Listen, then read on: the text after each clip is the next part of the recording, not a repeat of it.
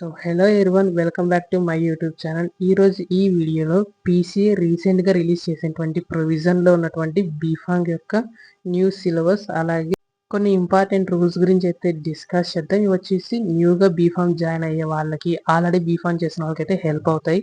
So video అయితే end వరకు చూడండి అనమాట. సో మీరు కూడా నా ఛానల్ ఫస్ట్ టైం వచ్చేదంటే ప్లీజ్ లైక్ చేసి, షేర్ చేసి, సబ్స్క్రైబ్ అయితే చేసుకోండి. Let's begin the today's video.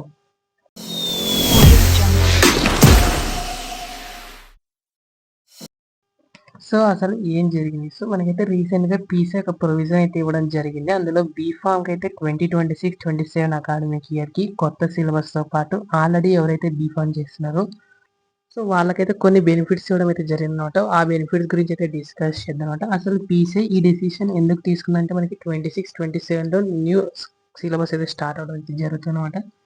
So present ఉన్న స్టూడెంట్స్కి ఎలాంటి ఎఫెక్ట్ అవ్వకూడదు అనేసి ఈ డెసిషన్ తీసుకున్నట్టుగా అయితే వాళ్ళు చెప్పడం జరిగిందనమాట. సో దీనివల్ల మనకి మేజర్ అడ్వాంటేజెస్ ఏంటి అంటే స్టూడెంట్స్కి స్ట్రెస్ తగ్గించడం, అలాగే వాళ్ళకి బ్యాక్లాగ్స్ ఉన్నా కూడా వాటిని నెక్స్ట్ ఇయర్కి ప్రమోట్ చేయడం కానీ కొన్ని ఫ్యాక్టర్స్ అయితే ఉన్నాయన్నమాట. సో ఓల్డ్ సిలబస్ ఏంటి అంటే లైక్ 2016 నుంచి 2025 వరకు ఎవరైతే స్టూడెంట్స్ ఉన్నారో వాళ్ళ యొక్క రెగ్యులేషన్స్లో ఎలాంటి చేంజెస్ అయితే చేయట్లేదు. బట్ 2026లో ఎవరైతే జాయిన్ అవుతారో వాళ్ళ యొక్క రెగ్యులేషన్లో కొన్ని చేంజెస్ చేయడం అయితే జరిగిందనమాట.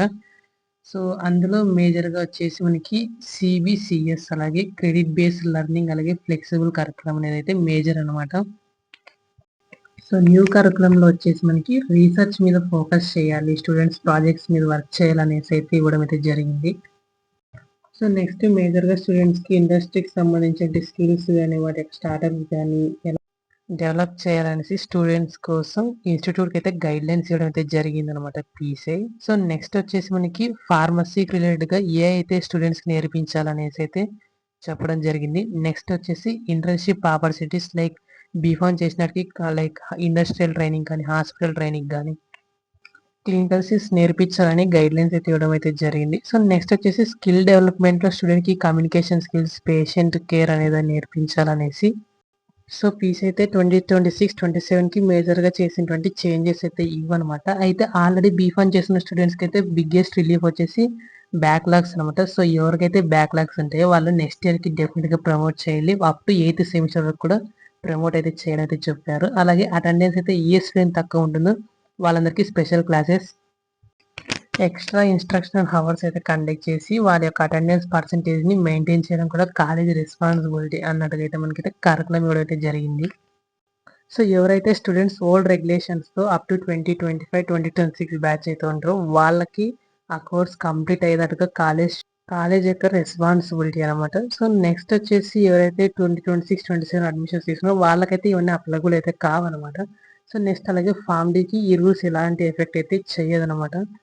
సో నెక్స్ట్ వచ్చేసి ఎవరైతే స్టూడెంట్స్ ఓల్డ్ రెగ్యులేషన్స్ కింద చదువుతుంటారో వాళ్ళైతే ఒకటి గుర్తుపెట్టుకోండి. సో మనకి బ్యాక్లాగ్ అనేది ఉన్నప్పటికీ మనం నెక్స్ట్ సెమిస్టర్కి వెళ్ళొచ్చు, బట్ అలానే ఇగ్నోర్ అయితే చేయొద్దు. అలాగే మీ యొక్క అటెండెన్స్ అయితే మెయింటైన్ చేయండి. ఇన్ కేస్ అటెండెన్స్ లేకపోయినప్పటికీ కాలేజ్ అనేది స్పెషల్ క్లాసెస్ కండక్ట్ చేస్తారనమాట. సో నెక్స్ట్ వచ్చేసి మీ యొక్క కాలేజ్ ఇన్స్ట్రక్షన్స్ అయితే ఫాలో అవ్వండి. అలాగే మీ యొక్క సబ్జెక్ట్స్ అనేది క్లియర్ చేయండి.